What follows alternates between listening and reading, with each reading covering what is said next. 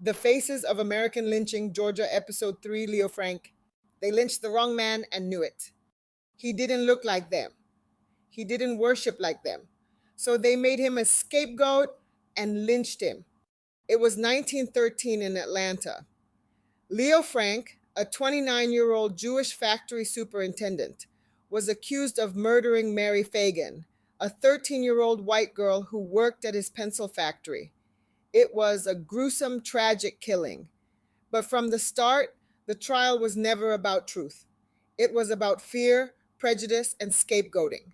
Frank was a northerner, Jewish, educated, and he ran a factory that employed young girls, an easy target in a time of growing labor, unrest, and Southern resentment toward outsiders.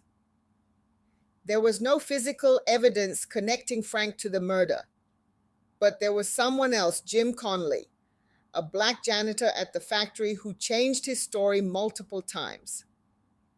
At first, Conley denied knowing anything. Then he admitted helping dispose of the body, but blamed Leo Frank for the murder. Conley became the main witness for the prosecution. In a courtroom soaked in anti-Jewish hate and mob pressure, Leo Frank was convicted and sentenced to death. But outside Georgia, people were watching. Dozens of journalists, lawyers, and even Supreme Court justices reviewed the case and raised serious doubts. The governor of Georgia, John Slayton, personally reviewed the evidence and found it lacking. So he did the unthinkable.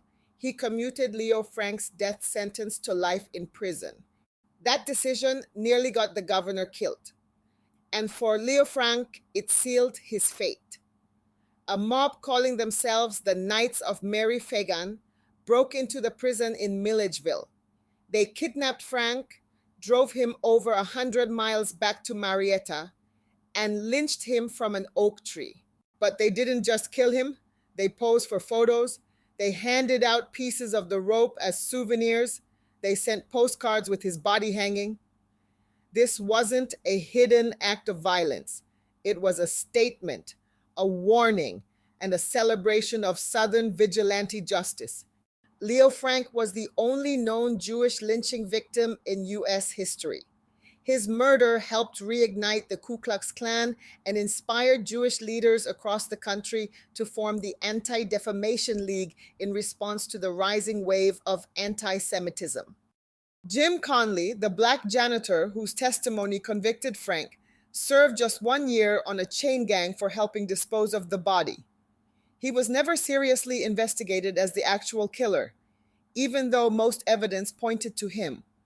The system used him to convict a Jewish man, then let him walk away. Conley died a free man in 1962, nearly 50 years after the murder.